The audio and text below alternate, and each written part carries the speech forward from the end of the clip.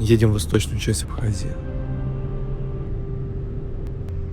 Наш путь пролегает через Ткуарчал, административный центр данного района. Многие считают его заброшенным. Однако информация это вообще даже не рядом с действительностью. Ткуарчал, пусть медленно, но развивается. Сейчас большой упор идет на туризм в данном районе. Однако в самом Ткуарчале сейчас проживает порядка 5000 человек. Город находился в осаде более 400 дней. Политический конфликт, вспыхнувший после распада Союза, перерос в полноценную войну, длящуюся с 92 по 93 год. В результате населенные пункты этого района, Ткуарчала, Кармара, Джантуха, были в осаде. Более 400 дней подвергались артиллерийским атакам. Население голодало, вспыхивали эпидемии, погибших считались сотнями. В итоге многие покинули эти места и больше сюда не вернулись. Регулярные бомбежки разрушили практически всю инфраструктуру и единственную дорогу, ведущую к городу.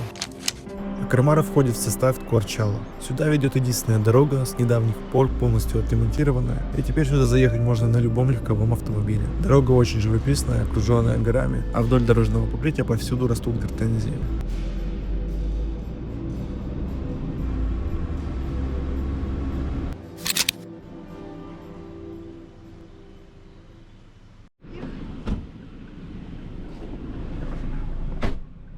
На сегодняшний день Кармара главный туристический хаб в этом районе. Сегодня тут в центре этого так называемого города-призрака, вокруг зарастающих растительностью заброшек, открылись маленькие кафешки, музеи и ларьки с домашней продукцией. И, конечно же, стоянка с местными жителями, предлагающие джип-туры к водопадам. Здесь мы и познакомились с Зауром, уроженцем Ткуарчала, пережившим всю новейшую историю этого края. Ну а начнем мы не с городов-призраков, а с водопадов. Что-что, надо признать, что природа Восточной Абхазии невероятна. Несмотря на то, что здесь для развития туризма проложили дорогу, к самым красивым водопадам люди добираются либо на УАЗиках, либо пешком. И водопады также находятся в заповедной зоне, поэтому въезд платный. А Кармарские водопады — это 3 потока: Святой, Ирина и Великан.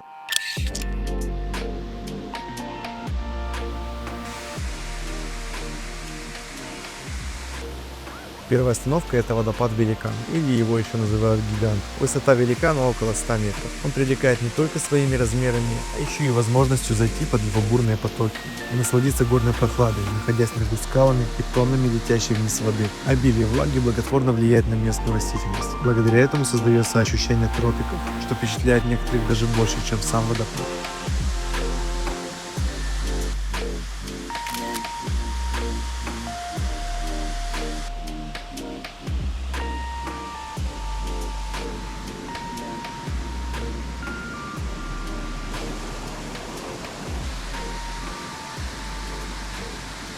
Недалеко от Великана находится водопад Ирина.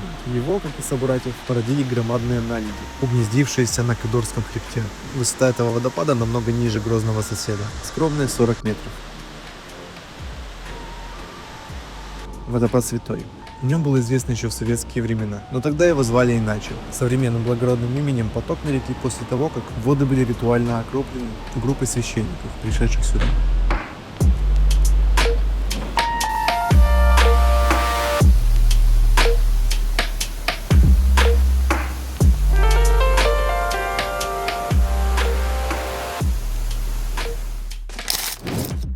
Водопады около Кармары очень разные, но их объединяет одно: они практически никогда не замерзают, так как постоянно имеют подпитку от ледников. Водопад Златоносец расположен высоко в горах, на реке Халиквара, за поселком Джантуха, в 14 километрах от города Ткуарчал. Это не просто водопад, а целый каскад водопадов, которые лесенкой идут друг за другом. О водопаде несколько лет назад практически никто не знал, кроме местных жителей и охотников, которые нашли водопад, когда гнались за раненым медведем. Начиная с конца лета 2019 года, водопад оборудовали для посещения туристов, и появилась дорога. Тропинка до самого водопада оборудована бамбуковыми перилами. Дорога вполне комфортная и безопасная. Вода Халиквары падает широким потоком с высоты несколько десятков метров. В начале ущелья в виде красивого водопада. Затем среди валунов течет до следующего обрыва. И еще одним водопадом устремляется на дно каньона. Издалека каскад смотрится как белая лента между скалами.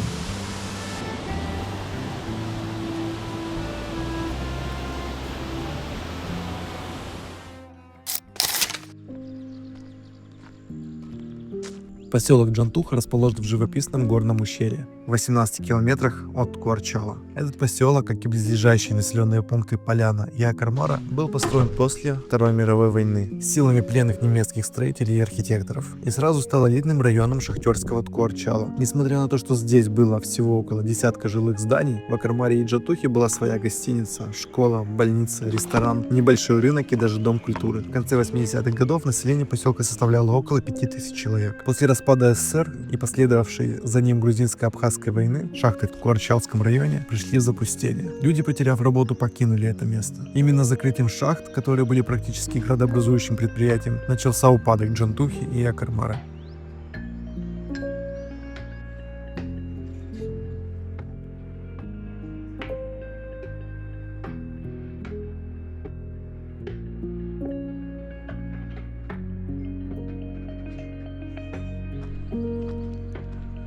Если хотите, что я вам не смог сказать, музей все покажет. Здесь фотографии, здесь инструменты, все. Здесь кинотеатр был.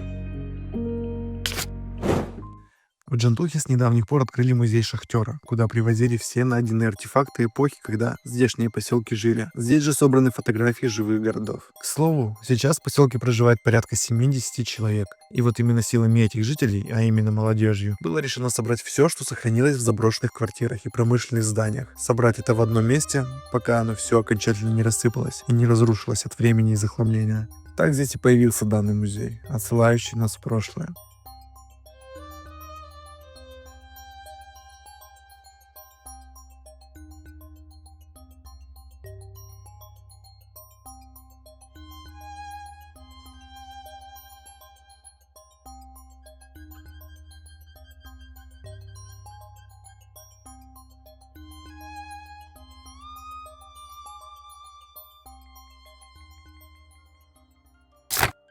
Вот видишь, бункера? Да. Попадал. Сейчас вот шахты покажу. Она по ленте грузился, а потом канат и пошел уголь на погрузку. Это тоже посетить музей, там все. Вот шахта 1-2 километра.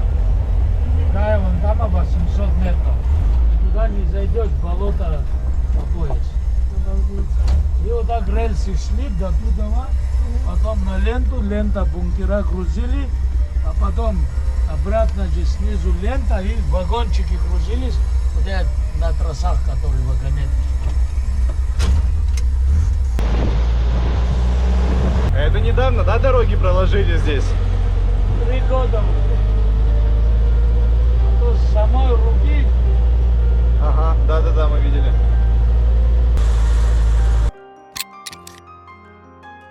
Джантуха и Акармара также использовались для съемок в сериале «Игра на выживание», вымышленный в сериале «Город Таежинск», в котором охотился маньяк. В реальной жизни это Акармара и Джантуха.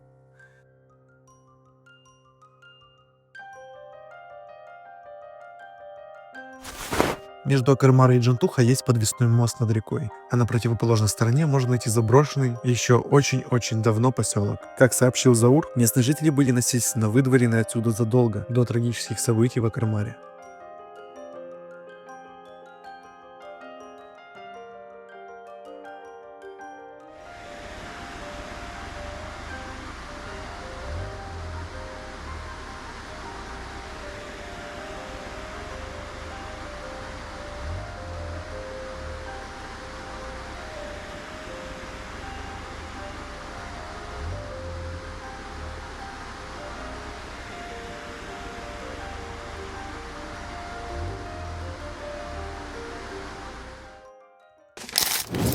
Вот эта река, она когда дожди большие, вот это полностью она бушует, эта речка. Как называется еще раз? Кализга называется. А вниже она идет вон туда, в плотину попадает. Плотина Там раньше была плотина, короче, ГРЭС, вот эти две трубы же знаешь, что видел по... Ну да, возле моста. Плотину закрывали и отпускали туда, в ГРЭС эту воду, чтобы там перерабатывался вот этот уголь, все. Потом закрывали и открывали сюда.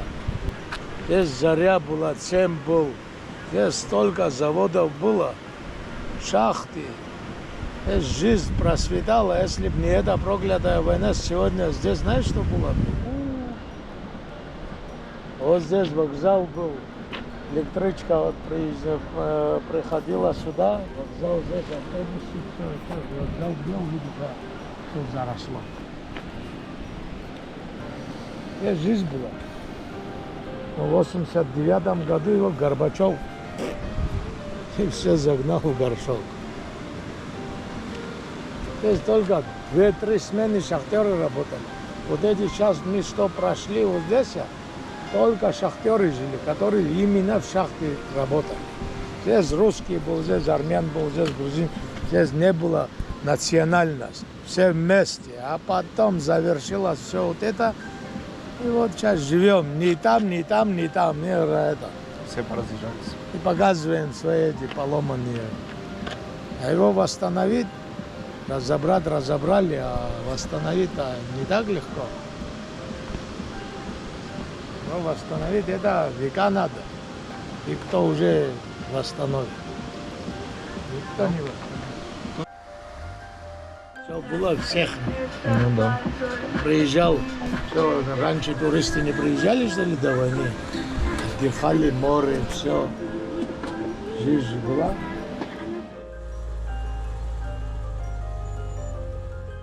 Лицевая сторона больницы.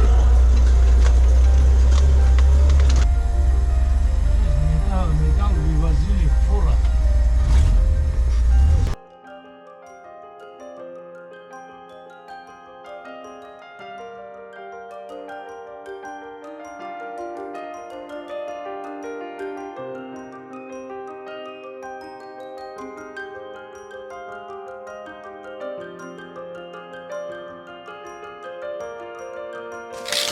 Это был очень насыщенный день. Морально очень тяжело здесь находиться, смотря на все это. Понимаешь, сколько здесь загублено судеб. Вот они, последствия войн, от которых ничего после не остается. Ни городов, ни людей. Огромная благодарность Зауру за рассказ, что поделился историей этого края. За большую экскурсию. А Кармар — это место, которое не может оставить равнодушным.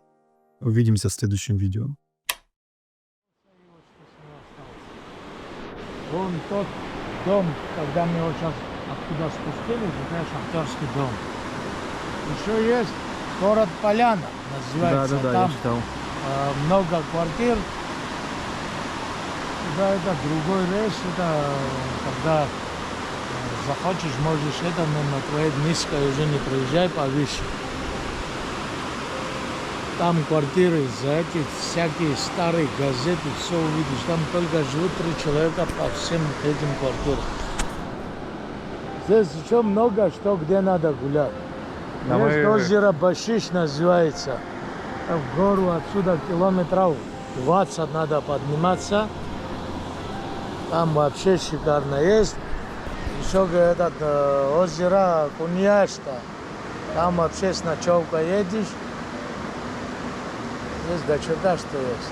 Сейчас вот в Корчели попадешь, можешь попасть в этот крепость. Крепость, не как его называют, монастырь. Или как его называть сейчас по культурной. Храм 3 века, Баграта 3. Так там руины или он действующий? Ну, его сейчас реставрируют, делают, во время войны там снаряды попадали.